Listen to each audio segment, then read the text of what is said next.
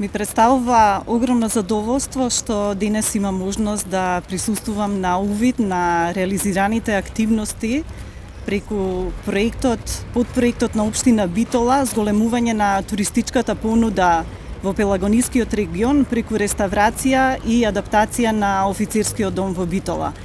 Овој проект е еден од 57-те подпроекти финансирани преку проектот за локална и регионална конкурентност, кој е финансиран со средства од Европската Унија во износ од 18 милиони евра и владина контрибуција во износ од 3,2 милиони евра и, како што спомена градоначалничката, администриран преку Светска банка. Проектот се спроведуваше преку кабинетот на заменик-председателот задолжен за економски прашања и координација со економски ресори и инвестиции, господинот Бетиќи.